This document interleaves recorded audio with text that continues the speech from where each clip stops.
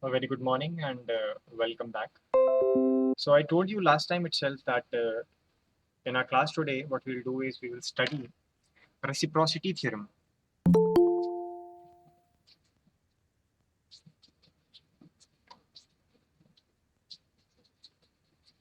Reciprocity theorem. And in order to understand reciprocity theorem, I also told you that we need to understand what are bilateral or reciprocal elements.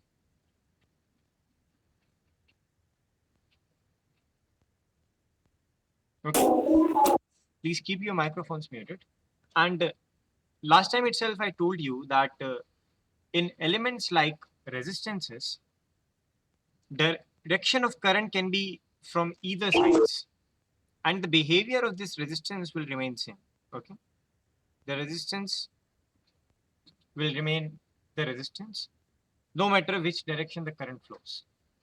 Okay, or we can say that the voltage across this resistance will remain same, although the polarities with positive negative sign will change if same amount of current flows through this resistance. Wahi, if we have another element which is diode, so in diode you know that there are different conditions of biasing. We call those as forward bias or reverse bias, and depending on your forward bias and reverse bias conditions, the diode can behave as open or closed circuit. The same element can behave differently. So you can have a voltage difference of only 0.4, 0.7 volts across the diode, or you can have a voltage difference of full जो भी आपने voltage लगाया, because when it is an open circuit it provides infinite resistance, and when it is working as a closed circuit it provides very small impedance across it. So resistances are bilateral, diodes are not bilateral. Fine. And when you apply reciprocity theorem, please do a check that reciprocity theorem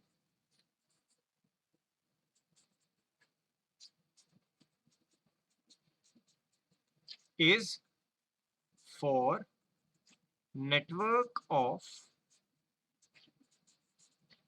linear elements.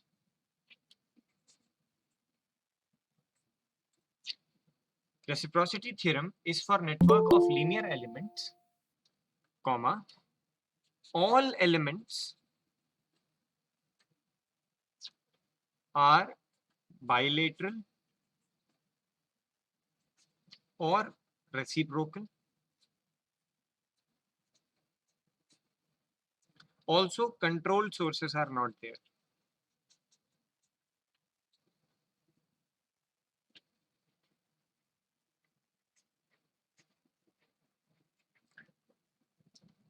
So this is a check before applying reciprocity theorem or checking reciprocity theorem, that it is for a network of linear element, or we can say that it is for a linear network having only elements which are bilateral or reciprocal. Even control sources are not there. तो कुछ दिनों से concept चला आ रहा है, मैं आपको बताता हूँ that there are some sources which are called as VCCS, voltage controlled current source, voltage controlled voltage source, current controlled current source, current controlled voltage source. तो ये कुछ ऐसे कॉन्सेप्ट होते हैं. अभी तक हमने केवल इंडिपेंडेंट सोर्सेज देखी है.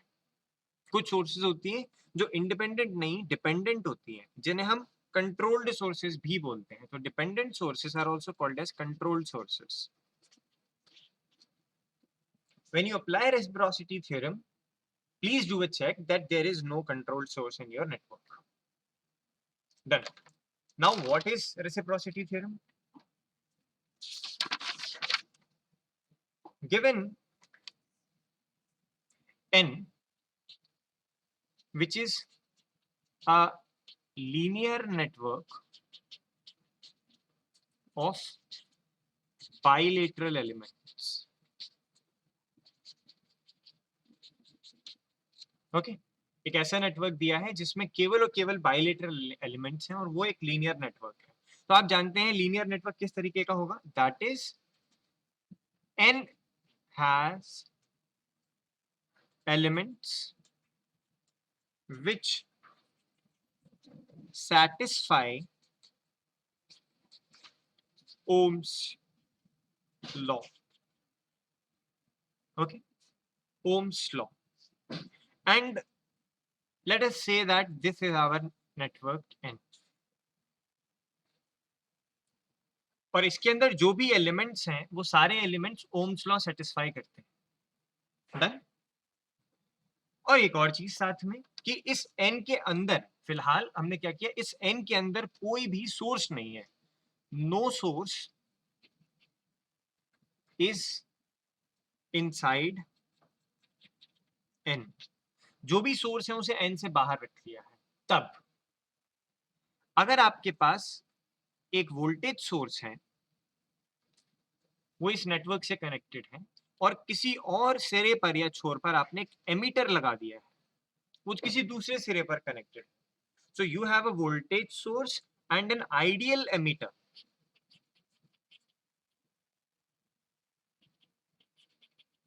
Then the position of this voltage source and ideal emitter can be interchanged without changing the emitter reading.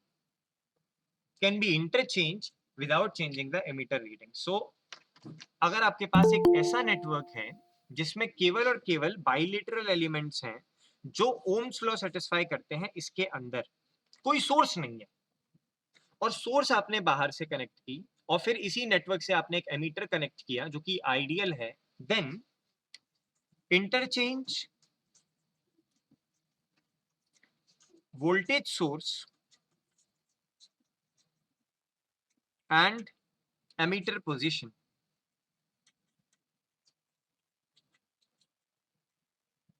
Interchange voltage source and emitter position, and what you would notice is that emitter readings does not change.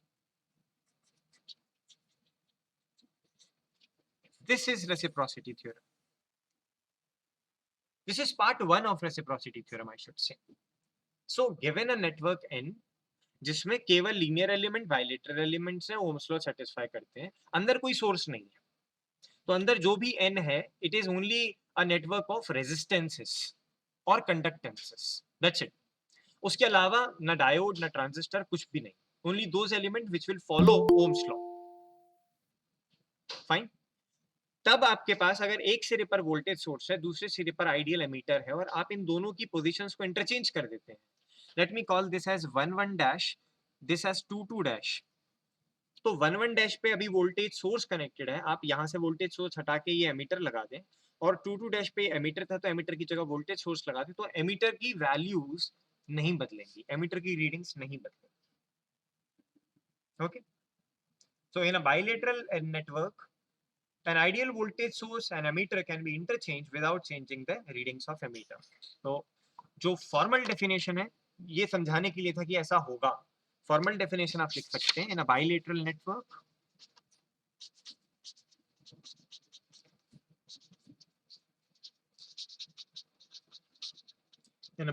Network an ideal voltage source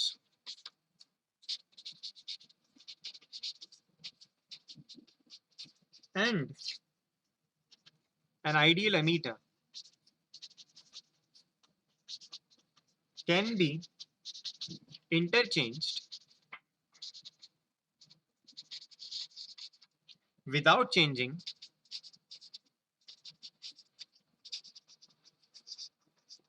the readings of emitter. We will take an example in order to understand that, but मैं आपको बताता हूं ऐसा होगा क्यों। This actually follows from the symmetricity condition of impedance matrix. जो impedance matrix हम mesh analysis में बनाते थे, remember that? ये उसकी symmetry condition की वजह से आती है। So loop impedance matrix और mesh transformation में जो impedance matrix आती थी, that is symmetric. ये कारण है कि सिमेट्रिक होने की वजह से you can interchange the two. देखिए, आप किसी मैट्रिक्स का ट्रांसपोज लें, ट्रांसपोज का मतलब है if there is an element with index A21 और आप उसे A12 से रिप्लेस कर दें तो सिमेट्रिक मैट्रिक्स में A21 इक्वल्स टू A12 होता है, that's why. Okay, it follows from this principle. So it can be asked in CA कि जो रेसिप्रोसिटी थ्योरम है is a consequence of which particular thing, तो it is Zm is equals to Zm transpose। ये part 1 था reciprocity के statement का। क्या ये स्टेटमेंट समझ आया? बताने की कोशिश क्या की जा रही है आपको? Could you get it? Harsh, Bhadauria, Kanika, 28 others, the thing Yes, sir. which was Yes, sir. ठीक है, ये समझ आ गया आपको। तो अब आ जाएं आप इसके सेकंड पार्ट पे, बिल्कुल इससे मिलता जुलता ही है। सेकंड पार्ट है,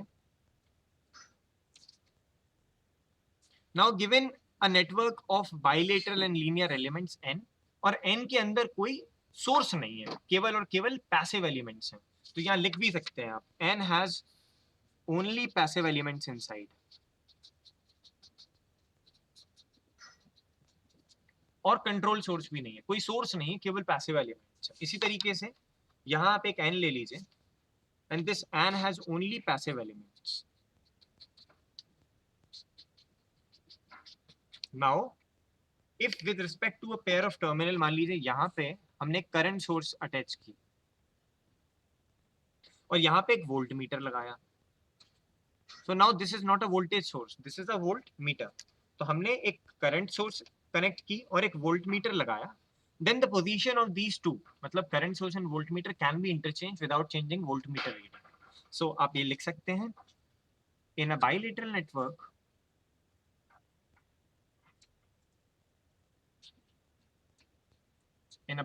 network a current source, say an ideal current source,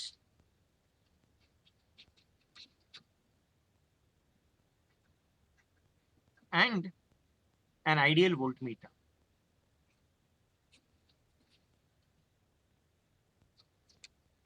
can be interchanged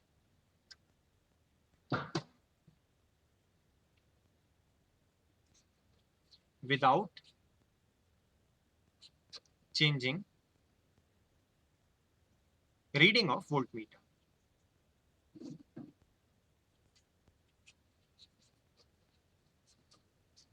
ठीक है, without changing readings of voltmeter. और ये जो कंसिक्वेंस है वो है इस चीज का, दैट जो हमारी एडमिटेंस मैट्रिक्स थी दैट वाज आल्सो सिमेट्रिक। ठीक है, so we can do these two things, our admittance matrix was also symmetric, that's why the reciprocity will also hold for a current source and an ideal voltmeter। अब ये ideal source ideal voltmeter क्यों बोल रहा हूं मैं, ये आप ध्यान में रखिए। व्हेन आई से, let's say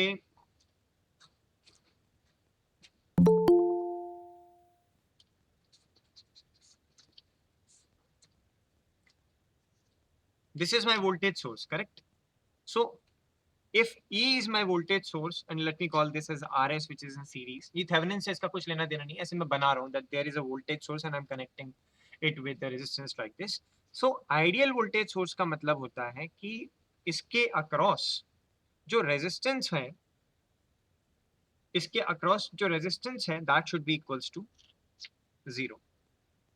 इसका जो resistance है that should be equals to 0 if you have E as ideal।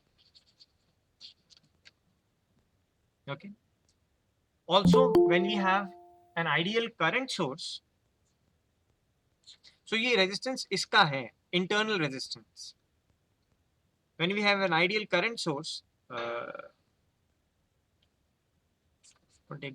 take it like this, so this is ideal current source। in ideal current source,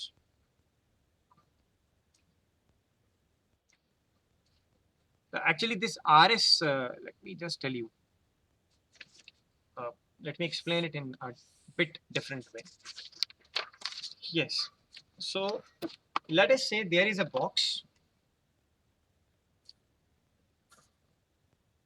and you call that box as your voltage source। okay, यहाँ के दो probe से आप connect करते हैं तो it gives you voltage as output। you're calling this box as a voltage source. Okay. Now people used to replace this voltage source by an equivalent circuit. We call that as ETH and RS. एक voltage और उसके series में एक resistance लगा है, voltage और उसके series में एक रेजिस्टेंस लगा है. अगर ये जो वोल्टेज सोर्स थी V आइडियल थी, अगर ये वोल्टेज सोर्स V आइडियल थी, तो इसका जो रेजिस्टेंस RS है that has to be 0. Okay. अगर ये वोल्टेज सोर्स आइडियल है तो इसका जो रेजिस्टेंस RS है दैट हैज टू बी 0.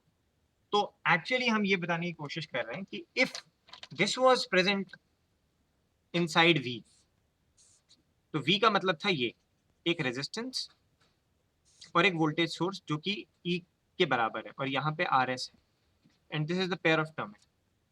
अगर ये वोल्टेज सोर्स आइडियल होनी है तो इस RS को यानी सीरीज इंपीडेंस को 0 होना होगा. अब ऐसा क्यों? For example let's say 10 volt की वोल्टेज सोर्स थी और हमने यहाँ पे 5 ओम का रेजिस्टेंस लगाया. What will be the value of current flowing through this resistance? अगर 10 वोल्ट्स वोल्टेज है, 5 ओम रेजिस्टेंस है, what is the value of current flowing? 2 amperes. Exactly. तो आइडियल सोर्स में we will consider that 2 amperes will flow. अब क्या करें इस case में? माने that E is 10 like before और जो लोड कनेक्ट किया है that is also 5 Om, but now you consider that RS की वैल्यू थी let us say 1 ohms. Now what will be the value of current flowing through this resistance? अब बताइए अब current क्या होगा? So there will be an 10/6. exactly. So it would be an added effect of this particular resistance, which was internal resistance of the source. So RS is internal resistance of source.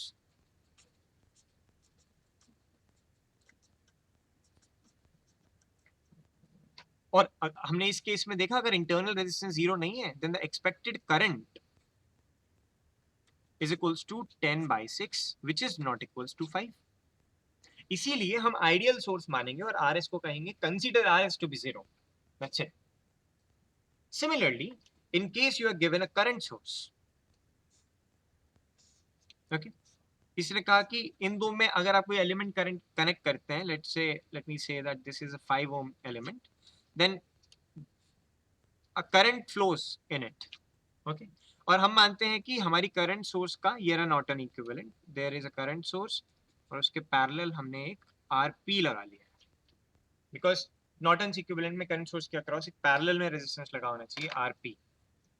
सो अगर ये ideal होता, मतलब अगर मैं ये बोलता कि एक आइडियल सोर्स है, this is a current source let's say, और when I am connecting a 5 ohm resistance, 2 amperes current flow through it, 2 ampere current flow through it, तो इसके अक्रॉस वोल्टेज क्या हो जाएगा फिर? 10 volts. 10 volts exactly. Now consider in this case let's say ये RP was equals to 1, RP was equals to 1. अब बताइए अब इसके अक्रॉस करंट क्या हो जाएगा? What will be the current flowing through this? So you can accordingly divide. यहाँ पे एक डिवीजन थ्योरम लग जाएगी. If let's say this was 2 amperes current, so some portion will be divided in this branch and some portion will go in this branch. Definitely ज्यादा current flow होगा उस branch से जिसमें ज्यादा करंट फ्लो होगा, उस ब्रांच से जिसमें रेजिस्टेंस कम है. So definitely कम करंट फ्लो होगा 5 ohm रेजिस्टेंस से, and there will be a problem then. Are you getting it? तो हम क्या करते हैं? We consider that let us say RP is equals to infinity. जितना ज्यादा RP होगा उतना कम करंट इससे फ्लो होगा और उतना ही ज्यादा करंट जो लोड है. So we call this as load, R load. तो फाइनल लगा रहे हैं, ज्यादा करंट उससे फ्लो होगा, and this is what we want. Internal resistance में फ्लो ही नहीं होगा करंट आइडियली, तो ये चाहते हैं, बट आइडियल केसेस में ही ऐसा हो सकता है, कुछ ना कुछ रेजिस्टेंस इंटरनल तो होता ही है. But through out your semester आप आइडियल सोर्सेस ही कंसीडर करें, लेकिन ये कॉन्सेप्ट याद होना चाहिए. So for an ideal voltage source,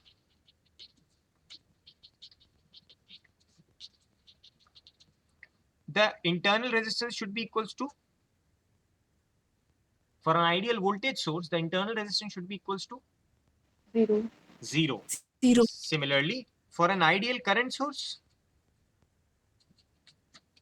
R in should be equals to infinity. Infinitely. ये तो हो गई सोर्सेस की बात जो हमने पहले नहीं की थी. इससे पहले हम यानी पिछली 2-3 क्लासेस से पहले हमने एक चीज पढ़ी थी, ideal emitter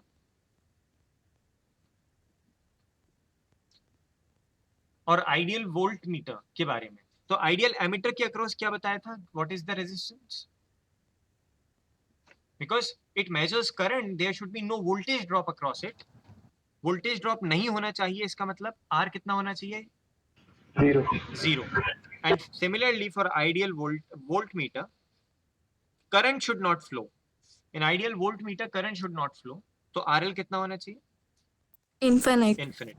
So Infinite. for voltage source, Rint is 0, but for voltmeter, RL is infinite. For current source, Rn is infinite, but for current meter or ammeter, RL is 0. ठीक है. So this is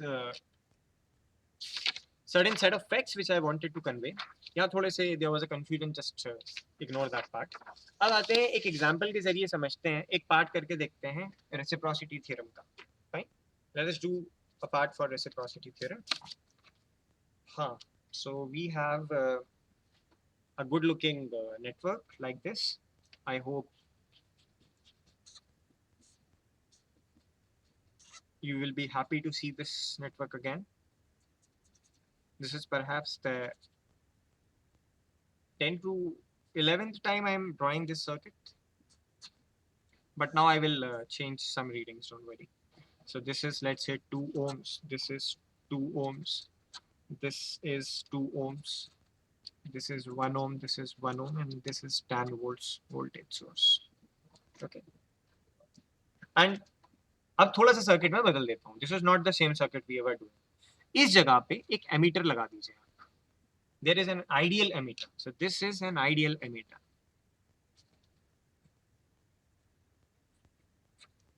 I have connected an ideal emitter. Fine. And let us say that इस branch में जो current flow हो रहा है, I am calling that is I. So ammeter की reading किसके बराबर होंगी, इस आई के बराबर होंगी. एंड रेसिप्रोसिटी थ्योरम सेज अगर आप इस ए यानी एमीटर को और इस वोल्टेज सोर्स को रिप्लेस या इंटरचेंज कर दें, then also your current reading will not change. करके देख लेंगे.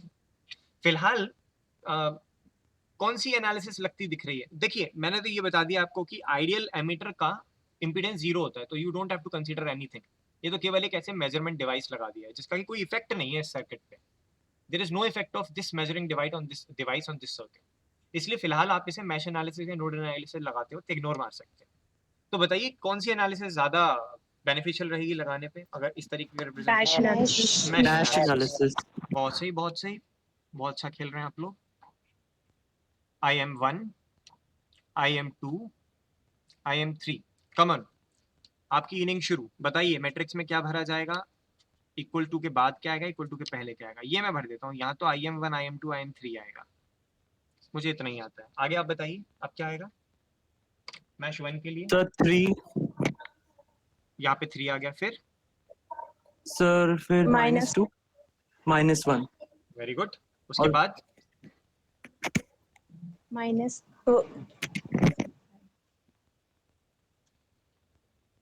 और बताइए, ये सही लिखा है, गलत तो नहीं है. 2, 2, 4 और 1, 5, बिल्कुल ठीक. -2 इससे कॉमन है, -1 इससे कॉमन है. लास्ट वाला बताएं कोई. -1, -1, 4. -1, -1, 4. Exactly, this is same. और यहाँ क्या लिखें, -10, 0, 0 या 10, 0, 0. 10, 0, 0. Solve it. What is the value of IM1? What is the value of IM2? What is the value of IM3? Tell me. You need calculator. I have one with me. थोड़ा सा focus हो जाए तो अच्छा रहेगा. हाँ. So we are going to solve equations with 3 unknowns. A1 is 3, -2, -1, 10. Then we have -2, 5, -1, 0. -1, -1, 4, 0. So we are getting something like 5.93, which is IM1, 5.93 amperes, IM2 is coming out to be 2.81 and IM3 is coming out to be 2.18, all in amperes. So as far as I believe, it should be in this form. अगर आप mathematically calculate करें, so it should be 95 by 16, 45 by 16 IM2 और IM3 should be 35 by 16. आप check करके देखिएगा, all in amperes. अगर calculator है तो आप कैलकुलेटर से सॉल्व कर लें. मैं पहले भी बता चुका हूँ आपको. I am least interested in कि आप सॉल्व कैसे कर रहे हैं. I am more interested in कि आप यहाँ तक कैसे पहुँचते हैं. आपके आंसर सही नहीं आ रहे हैं तो कोई बात नहीं है, लेकिन आपकी प्रोसेस ठीक होनी चाहिए. That is much more important for me. ठीक है, तो अब बताइए what is I equal to in terms of mesh currents. IM2. अगर मैश ट्रांसफॉर्मेशन के हिसाब से लिखे तो it would have been just equals to IM2. So IM2 equals to I is equals to 45 by 16 या फिर आप 2.81 एम्पियर्स ले सकते हैं इसे. This is it.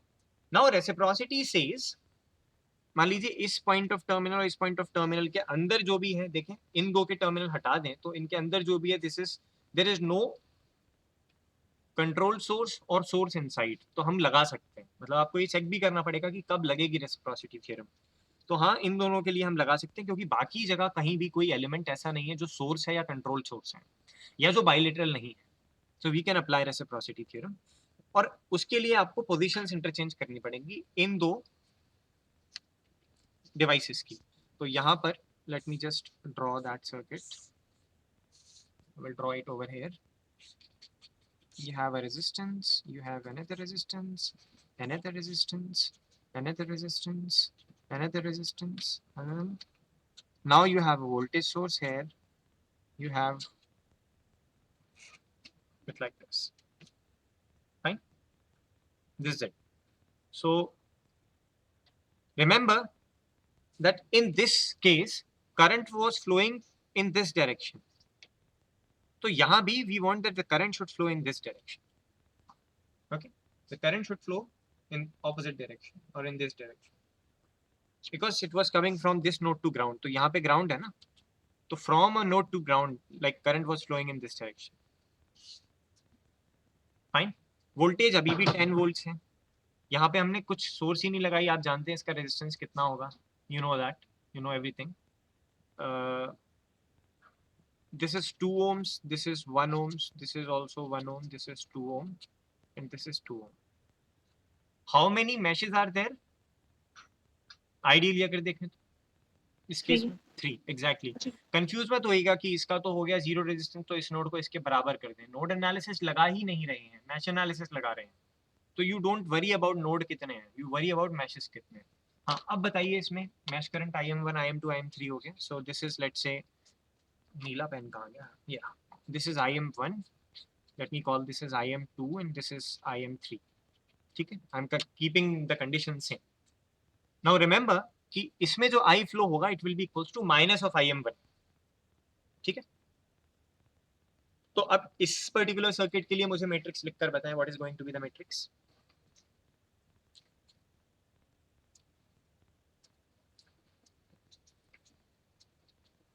Tell me. Let me call this as IM1, IM2, IM3. What do I fill in this matrix? Tell me.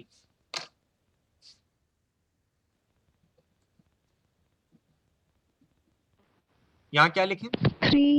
3 minus 2 minus 1. ये तो बिल्कुल ठीक है, लेकिन अब ये सोर्स क्या हो गई? There is no source. This is not a source. 0. Yes. Second के लिए बताइए. This is same, but now we have a source जिसका ये पॉजिटिव माइनस डायरेक्शन है. अब बताइए -10 आएगा या 10? -10. Yes, remember this. यहाँ गलती हो जाएगी और इसी पे मार्क्स कट जाएंगे आपके, और अच्छे खासे कट जाएंगे. 10-15% उड़ा लेंगे अगर ये -9 की गलती की तो. फिर आ जाए थर्ड मैश पे. -1, 4. Now can you solve this particular thing? Solve it, answer निकालें. तो देखिए बाकी सब ठीक है. 3 is there, -2 is there, -1 is there. Now D1 will change. So my D1 will change and now I will replace it with 0. -2 is there, -5 is there, -1 is there. ये हो जाएगा 10. सॉरी -10 होना चाहिए था उसे, तो I will just go and change it to -10. Done. Now IM3 -1 -1 4 and 0. Done. तो हमारे पास आया IM1 is equals to -2.81. -2.81. देखें यहाँ पे इस पर्टिकुलर सर्किट के लिए what I am getting is IM1 is equals to minus of 2.81.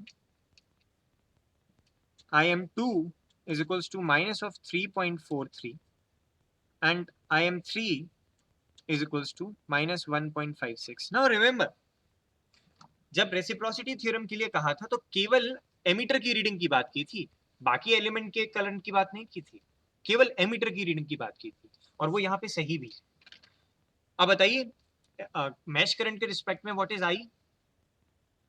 Minus IM1. Minus IM1. तो minus of IM1 is equals to 2.81 amperes. और पहले क्या आ रहा था? 2.81 एम्पियर्स. तो केवल और केवल एमीटर की रीडिंग नहीं बदलेगी, बाकी सारे एलिमेंट की रीडिंग बदल सकती है. ये रेसिप्रोसिटी थ्योरम. ठीक है. Similarly, you can try one question with an ideal current source and a voltmeter, and you would notice that in that particular case, your voltmeter readings will not change. ठीक है.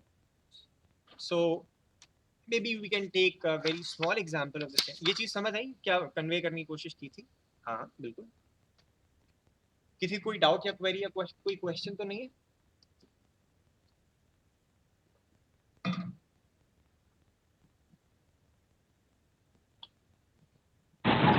Hello हाँ जी शिवम बताइए. Sir, ये second वाले में reciprocal किया है इसमें सर. अगर करंट सोर्स है तो इसमें सर मैश एनालिसिस कैसे लग जाएगी फिर सर इसमें? हाँ तो मैंने अभी करंट सोर्स वाला एग्जांपल कराया कहाँ है डॉक्टर साहब? नहीं, ये वाला सेकंड वाला जो किया रेसिप्रोकल में है तो मतलब कि इसमें नहीं बेटा, करंट सोर्स है ये दिस वाला? Is not a current source. कहा तो this is not a source. ये तो करंट नापने का यंत्र है, एमीटर है. अच्छा, okay sir, okay ammeter is very different from source. Okay. ठीक है, it is not a source. चलें तो let us take one small example of reciprocity in case of a network with current source and voltmeter.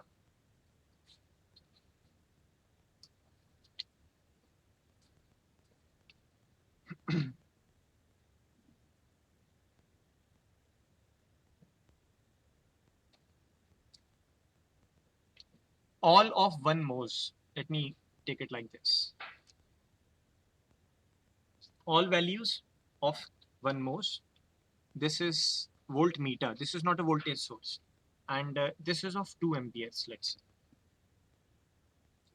Voltmeter 2 ampere and this is it. आप इसे element जरूर माने please. ऐसा ना करें कि आप इसे इग्नोर कर दें कि ये तो कोई एलिमेंट ही नहीं.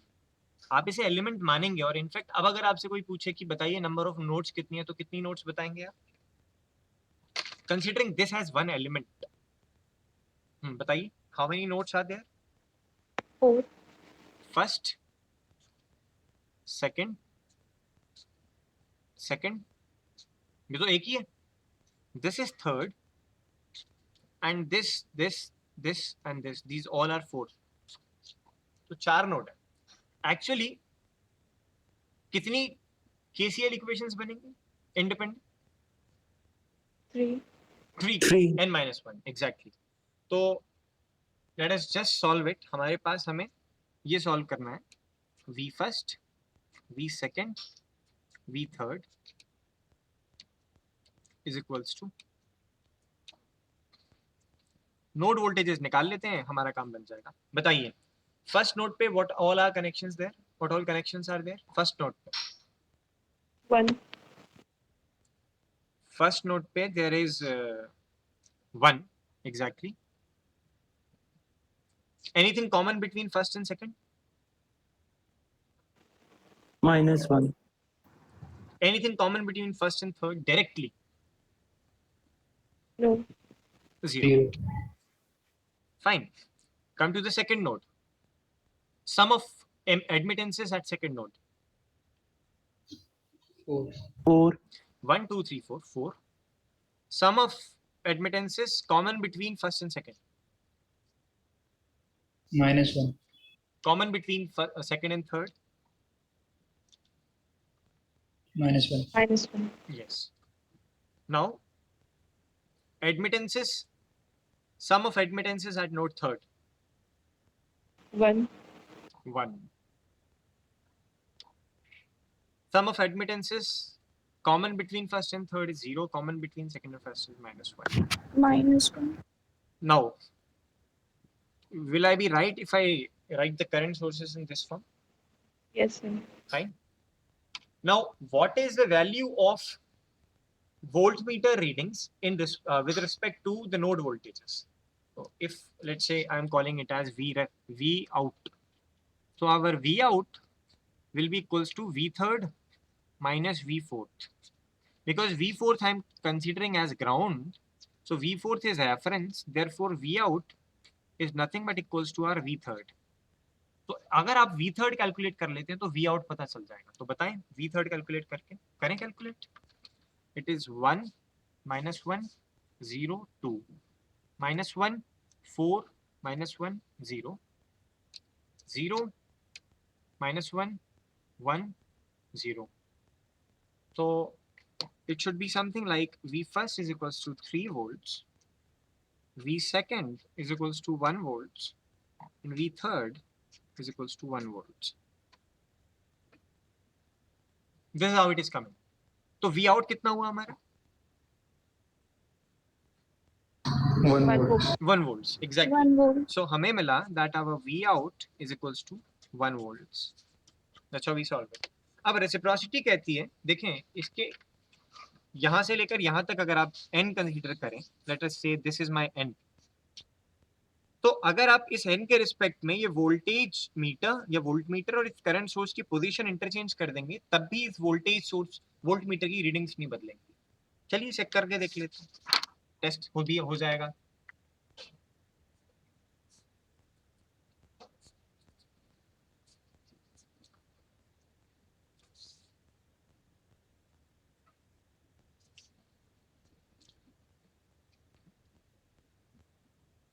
all of 1 moles. This is of ये तो वोल्ट मीटर है बॉस और ये 2 एम्पियर्स की है. अब बताएं, let me call this as first, ये और ये सेकंड नोड है दोनों. This is our third node and this is the fourth. Right. हाँ, अब बताइए how will you get V first, V second, V third, और ये भी बताएं साथ में कि अब जो V आउट होगा वो किस नोड वोल्टेज के बराबर होगा. So in this case your V out will be equals to V first minus V fourth, because V fourth is still taken as a reference, it is equals to V first. अब बस V first calculate करना रहेगा, लेकिन उसके लिए आपको मुझे बताना पड़ेगा what do I fill in this matrix. पहले पे 1 कॉमन है, -1, थर्ड में कुछ कॉमन नहीं है और कोई सोर्स नहीं है. दूसरा बताएं, at second 4 common, -1 -1. Am I right? What is the source now? No source. Third, what is the sum? 1. Common between 2 -1. What is the source? 2.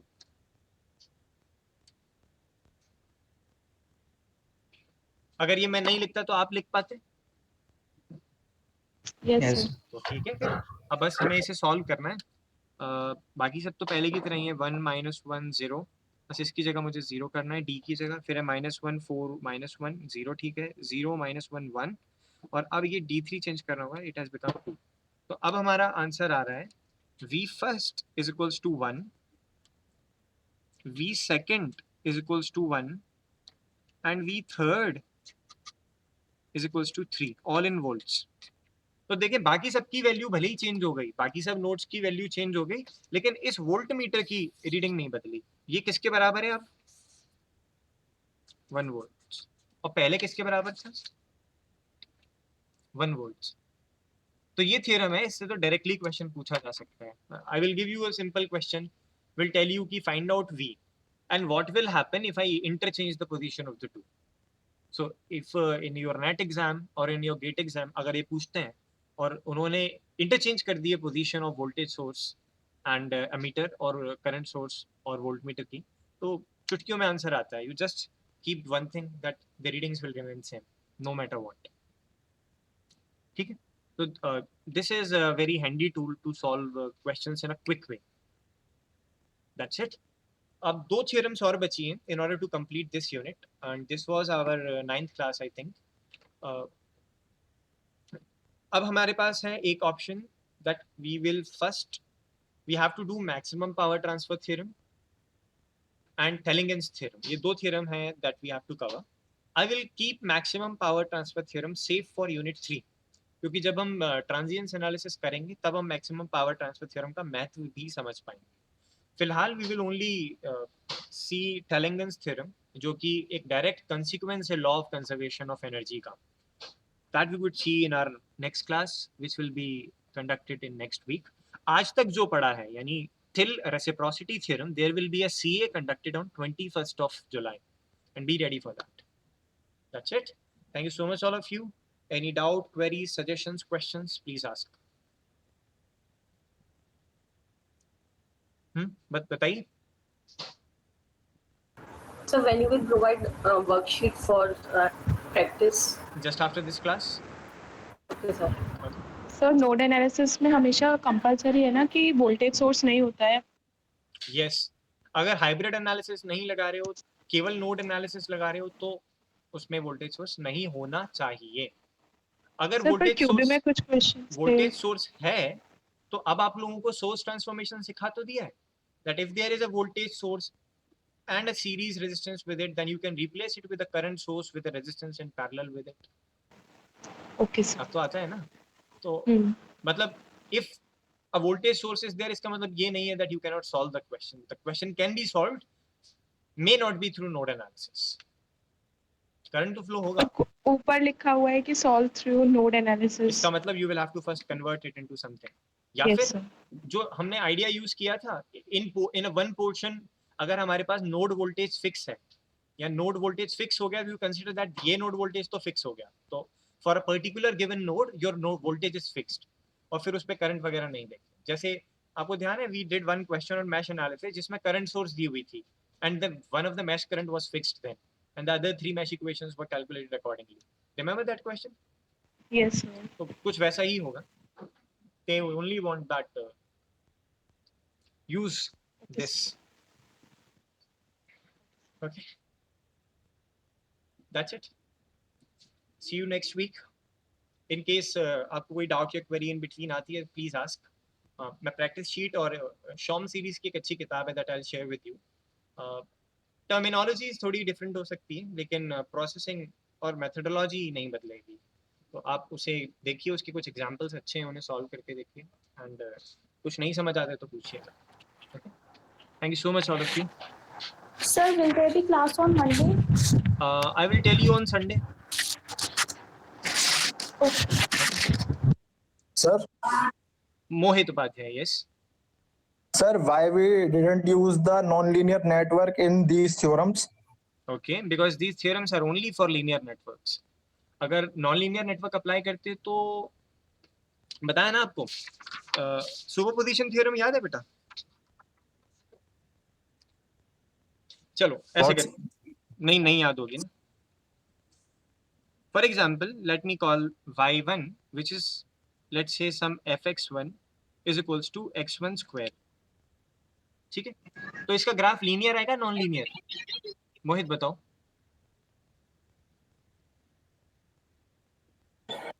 The nonlinear. Non-linear, exactly. Now take y2 is equals to fx2 is equals to x2 square. तो actually हमारे पास एक function f है जिसमें कुछ भी input जाता है x, उसका वो स्क्वायर दे देता है as output. Now I am saying calculate f of x1 plus x2. तो क्या f of x1 plus x2 y1 plus y2 के बराबर होगा? बताएं, क्या f of x1 plus x2 y1 plus y2 के बराबर होगा? करके देख लेते हैं। f of x1 plus x2 का मतलब हुआ x1 plus x2 का होल स्क्वायर, और ये बराबर हुआ x1 square plus x2 square plus 2x1 x2 के। तो ये एक्स्ट्रा आ गया y1 plus y2 plus something.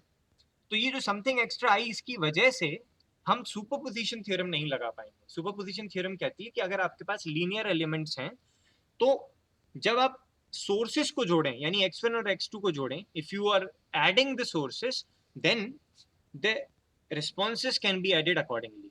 लेकिन यहाँ पे केवल सम नहीं आ रहा है, सम के साथ में कोई डेल्टा चीज और आ रही है, और इसलिए हम लोग सॉल्व नहीं कर पाएंगे। ठीक है, इसलिए केवल और केवल हम लीनियर एलिमेंट्स ही यूज कर रहे हैं। कुछ थ्योरम्स या कुछ थ्योरम्स ऐसी हैं जिनमें जरूरी नहीं है कि आप लीनियर एलिमेंट लें, जैसे टेलिंगन्स थ्योरम है, मैक्सिमम पावर ट्रांसफर थ्योरम है, ये फंडामेंटल ऑफ फिजिक्स से जुड़ी हुई है, ये कंजर्वेशन ऑफ एनर्जी से जुड़ी हुई है। इसके लिए हमें कोई बंदिश नहीं लगाने की जरूरत है कि लीनियर नेटवर्क होना चाहिए। समझ रहे हो? और पूरी की पूरी कहानी केवल इतनी थी क्योंकि हम ओम्स लॉ जो है, जो कि आप V = IR के फॉर्म में पढ़ते हैं, वो केवल लीनियर नेटवर्क पे लगा सकते हैं। There is a linear relationship between voltage and current. This is the reason I am only considering only linear network and linear elements. हालांकि हो सकता है कि there can be some devices जिसमें इस तरीके की रिलेशन फॉलो होती हो, I²R, V = I²R, है ना, like this. So that's why आपके कोर्स में केवल लीनियर एलिमेंट्स ही हैं। Anything else? मोहित, चीज समझ आई? Sir Yes, sir. आद्या पूछे। Sir actually when we were discussing superposition theorem, तो सर हमने पहले उसे वोल्टेज सोर्स को किल किया, देन करंट सोर्स को, and we got the answer. Yes. But sir before that we also used a shortcut trick. See, so sir उसमें हमने सिर्फ मेश ट्रांसफॉर्मेशन लगाया था। एग्जैक्टली, सर वो नोड ट्रांसफॉर्मेशन से भी हो सकती है? डेफिनेटली आप कर सकते थे उसे। उसके अंदर नो ट्रांसफॉर्मेशन से तो आसानी रहती। क्या सारे जो भी इम्पीडेंसेस दिए थे उन्हें आपको एडमिटेंसेस में कन्वर्ट करना था, है ना, और एक पर्टिकुलर नोड का वोल्टेज कांस्टेंट करना था कि this is the constant voltage across the node. You would have done that. Okay sir. That's it. Anything? Sir हमें सर इसमें सर हम सर सब्स्टिट्यूशन थ्योरम भी तो यूज कर सकते थे सर। यहाँ तो सर ये सर नॉन लीनियर नेटवर्क के लिए। नॉन लीनियर नेटवर्क के लिए सब्स्टिट्यूशन थ्योरम तो कैसे करोगे? देखो, सब्स्टिट्यूशन थ्योरम तो सब्स्टिट्यूशन थ्योरम यूज तो तब कर पाते हैं ना जब आपके पास वैल्यू होती कि वोल्टेज या करंट क्या है। आपके पास वोल्टेज पता था कि करंट सोर्स के अक्रॉस वोल्टेज कितना है, पहले से पता था आपको ये? नहीं सर, अगर का सर कोई वैलिड नेटवर्क हो सर, ये तो सर एक सर वो आइडियल इक्वेशन है सर। ये अगर सर कोई प्रॉपर डिफाइन अगर नेटवर्क हो, नॉन लीनियर नेटवर्क, जैसे एम्पलीफायर हो गया या सर कोई और चीज हो गई सर, उसमें तो सर वो डिफाइन होगा उसके सारे चलिए मैं आपको बता देता कंजम्पशन। हूँ, may be you can get it, और सम कुछ हो सकता है। एम्पलीफायर में, यानी कि जिसमें हमारे पास साइनसोइडली वैरिंग या नॉन लीनियर टाइप के सिग्नल होते हैं ना, उसमें भी we consider a stable point which is called as a quiescent point, Q point बोलते हैं उसे। और उस क्यू पॉइंट के इर्द गिर्द जहां तक, जिस रेंज तक आपका जो सर्किट है वो लीनियर रहता है, उसी में आप सारी चीजें अप्लाई करते हैं। आप नॉन लीनियर में जाने की कोशिश भी नहीं करते। समझ लो? We apply, we try to get a linear amplification only.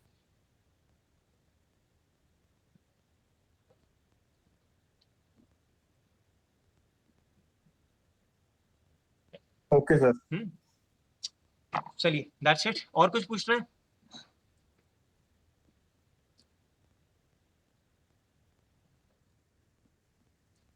If not, then you may start leaving. See you in the next class. Thank you so much, all of you.